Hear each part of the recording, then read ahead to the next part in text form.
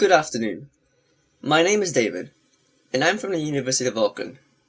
My thesis is about transitioning Christchurch towards a greener future, and to show how sustainable principles could be used in the rebuild of the city. Well, what is a green economy? A green economy is an economic development based on sustainable principles and takes into consideration ecological systems as having economic value.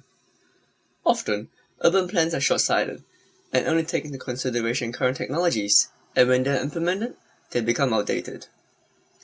This will not be the case with my proposed plan, as I intend to utilize future technologies and trends to ensure this does not happen. There is also a conventional myth that sustainability and economic growth do not work together, and in my thesis, I intend to debunk this myth by proving that a green economy is not only ecologically sustainable, but also economically sound. Why a green economy now? We all know the current post-earthquake crisis that is happening in Christchurch. I, however, see an opportunity in this to reconfigure the current economic structure for the better. Christchurch is the perfect city size to test new and innovative solutions. It is not too big that plans take too long to be realized, nor is it too small that it has no significant impact to the whole. We as a group envision Christchurch to be a prototype city for the future, and in my thesis, I will be focusing on how energy will play a part in this prototype city. Most of us are aware that we are past peak oil as shown in this diagram, and an energy shortage will inevitably arise. Christchurch, however, is blessed with abundant natural resources such as long solar hours, fresh water, strong winds, and arable land. And we can also use the New Zealand branding of being clean and green as a marketing tool by actually becoming clean and green. Well, in order to design a new plan for the future, we will need to understand how we evaluate what is of value to a city. TEEB is an organization which brings into light the concept of the value of nature and the nature of value. The key point is that just because something is free, it does not mean it has no value.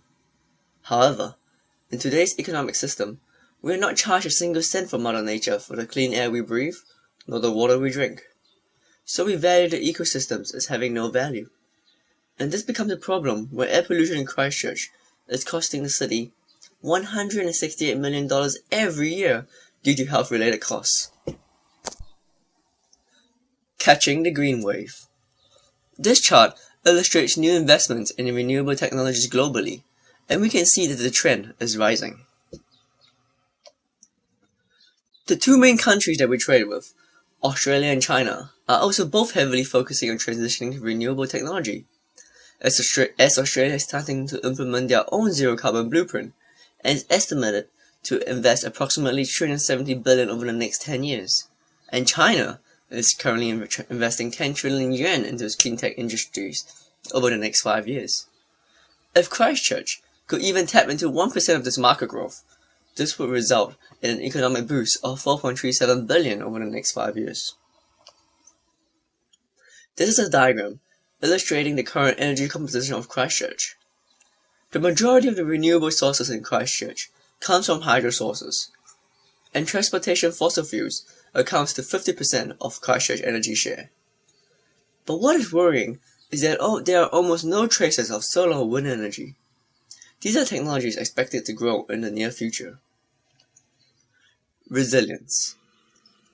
The term resilience is used often in Christchurch, but the current energy grid system is anything but, as proven when the earthquake struck.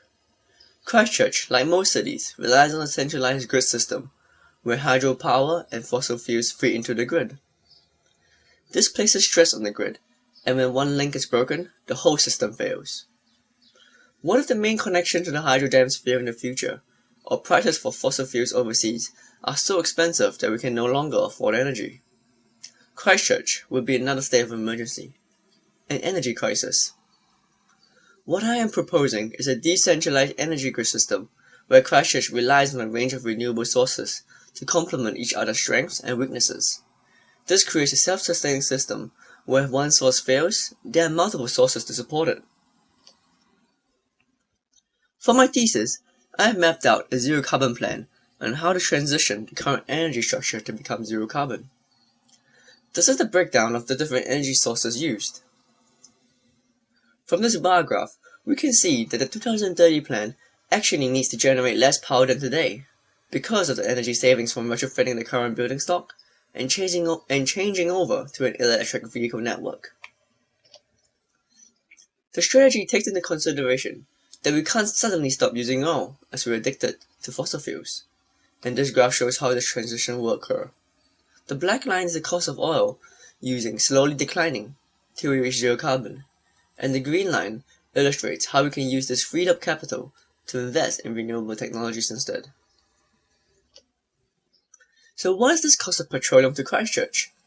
Well, New Zealand imported 6.47 billion worth of petroleum products in 2010, with this figure constantly rising. This equates to 527 million per annum when taking the proportion of Christchurch's economy to the rest of New Zealand. To give an example of how much this is, if we took the cost of petroleum just from the last year, this would be equal to all of the wind turbines needed to be built in the plan, which is equivalent to 25% of the current energy share generated for free over the next 20 years.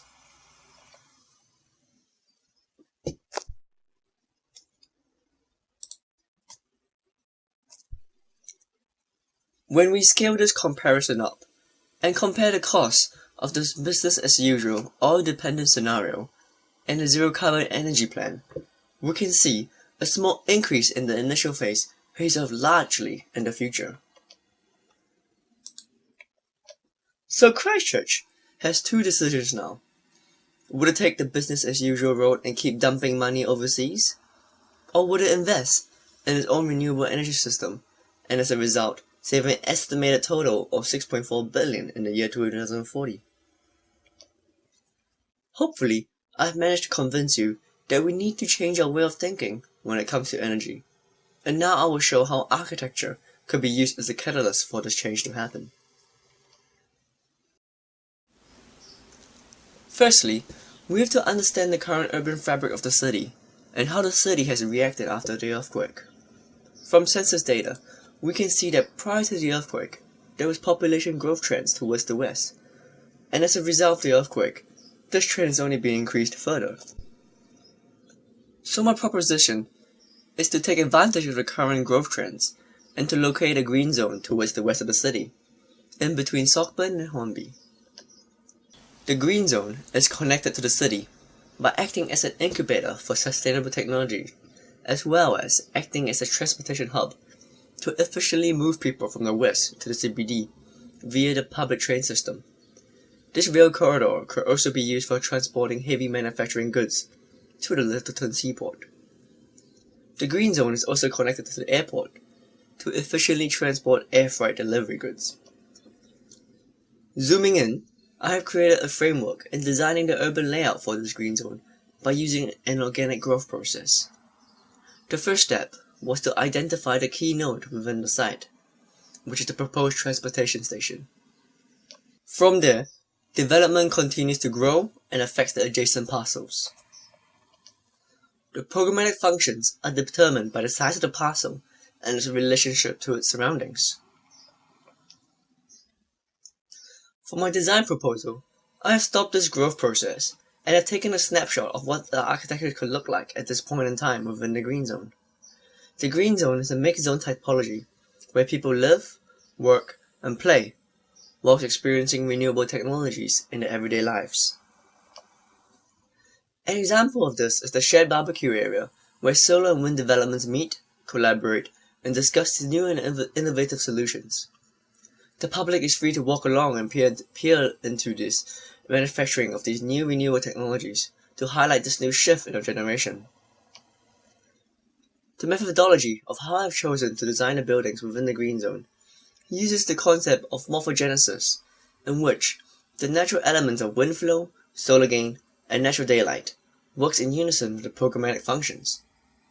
This underscores the law of nature of maximizing output whilst minimizing input. In order to achieve this, a parametric framework was created that uses a profile curve that optimizes wind flow to shape the form. And by manipulating the parameters, I'm able to further optimize the geometry for the other elements. This is the result of how the form reacts to its surroundings. The prevailing wind directions are used to shape and inform the geometry to ensure wind flow around the site. It's able to be manipulated and guided where it is needed and where it is not. The curvature of the form was then manipulated to ensure optimal solar gain for harvesting energy from the sun. Voids were then cut to maximize natural daylighting within the interior spaces, while still maximizing floor area. Because of the organic nature of the form, rainwater flows down naturally and is harvested through the edible green roofs. The parametric framework was then implemented onto the site, and the lines in red are the bounding boxes that contain the form. This is the view above the train station, looking at the public square and the marketplace. The Central Park is there, the bus interchange is there, and there is the form being implemented to connect two retrofitted warehouses to create a covered shared public space. Solar gain simulations was then implemented to locate optimal placement locations for the solar ivy. Solar ivy is a new type of lightweight organic solar panel, which is modular and emulates the form and function of a leaf on a tree. This is the view of the solar ivy and the EFT panels in action on the exterior of the energy center. In order to maximize efficiency in structure, the form utilizes lightweight members that work efficiently together. In essence, the form learns from how nature designs, in which the solar ivy panels are the scales of the building, the EFT panel system is the skin, the double lattice glue-lump diagram are the muscles, and the main trusses are the bones. And if necessary, the secondary glue-lamp beams are the ligaments. This is the application on site, on which we can see the different structure systems applied to different scales, from small, medium, and large. This is a section of how the elements work together to create a sustainable ecosystem within the building. The solar ivy collects a harsh direct sunlight, while still allowing natural daylight to be diffused into the spaces. And by using a stack effect thermal chimney, the building becomes naturally ventilated. The ultra-lightweight EFT panels insulate the buildings and ensures efficient heating and cooling if necessary. This is a visualization of the potential work environment within the buildings that is created from the diffused natural daylight. This image articulates the central public park protected by the forms being integrated within the existing industrial warehouses, and how the green zone is about living, breathing, building, and learning about green technologies. This becomes a seed for a more sustainable future within the city of Christchurch. Thank you.